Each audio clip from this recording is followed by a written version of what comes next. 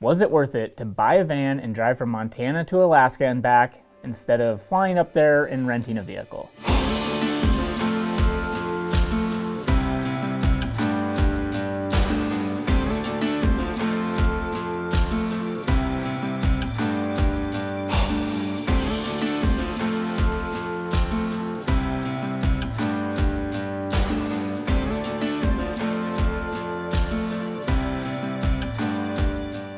This whole thing started when I inquired about renting a vehicle in Alaska and got quoted around $6,000 for 10 days, which was ridiculous. The prices have come down since then. That was right after COVID, so I think things were a little crazy. But that just sent me down a path of thinking I could buy a vehicle and sell it for less of a loss than $6,000, so that's what we started to try to figure out. So the goal was to find a vehicle that could get us all the way from Montana to Alaska and 5 caribou all the way back. So with that in mind, we kind of narrowed it down to a passenger van, wanting something that could hold all of our gear and us driving up there and back.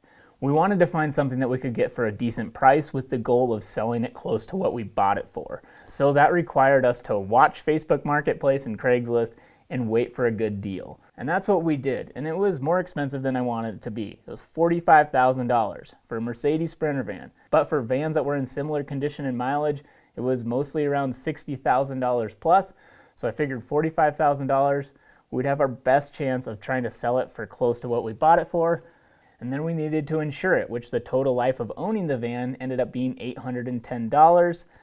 We bought extra tires because I wanted to have 2 spares while we were up there, so that's another $100. And normally I would do oil changes and maintenance myself, but because the people we had bought it from had always had it professionally done and for the sake of resale value, we took it to a Mercedes authorized dealer to do the oil change and inspection, which was $430.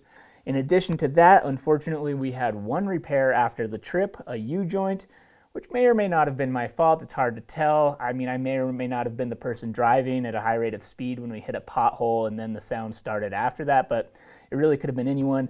That was $1,600 to repair, which was really unfortunate, again, at that Mercedes authorized mechanic. So at this point, we are down a bit, and then diesel all the way from Montana to Alaska and back. It's very expensive through Canada and Alaska. Total price of diesel was $1,779.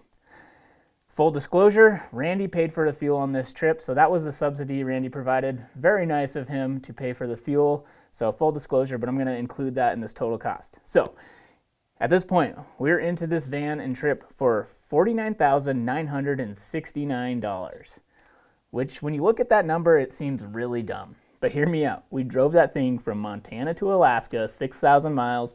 We had pretty much zero issues. We had that U-joint problem, but other than that, we took a freezer with us. We took a lot of gear, 5 bows, a rifle, a shotgun.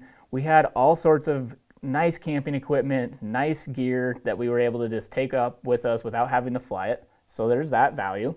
We were also able to do our own processing, transporting, and taxidermy of the caribou and skulls. We were able to boil the skulls up there, ready for transport back. Didn't have to pay anyone to do that. After all of that, we got back and put it up for sale. And it took a little while, but I sold it for $45,000. So now we're back to $4,969 of expense. Split that 5 ways, you're at $993.80 per person. So less than $1,000 for all the travel up there and back. Granted, there's other costs involved in trips like this. You have the cost of the tags and all your food up there, which the food thing is variable depending on who you are and how you eat. But again, being able to drive up there, we were able to bring a lot of our own stuff with us, which saved a lot of money. And then your tags, your $650 for your caribou tag, your $160 for your hunting license. So you got to factor that stuff in too. But for the sake of this video, keeping it consistent at just calculating the travel costs associated with getting from Montana to Alaska and back. For the sake of comparison, if we would have flown up and rented a vehicle, flights we'd be looking at around $500 per person just for flights. Check baggage on the way up. You got a minimum of 2 bags. That's $80 per person with a bow and a duffel bag. And then on the way back, you're going to have antlers and meat. Those additional 3rd and 4th bag, that's $150 a piece. So you're at $300 for that per person. So that's $880 per person minimum. That's if you go really light on your gear. Then you still got to rent a vehicle. If you have 3 people or less, you could maybe get away with renting a U-Haul, which is the cheapest rental vehicle by far. But if you're trying to do a trip like we did with 5 people, you can't really fit 5 people in a U-Haul, so you're looking at renting a pickup.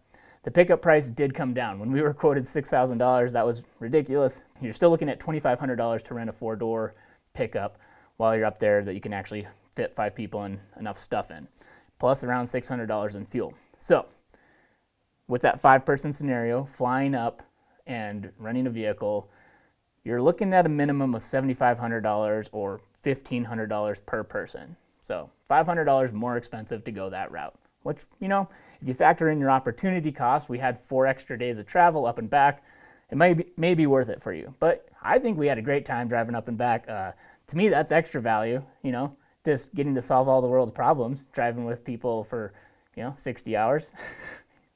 I don't know.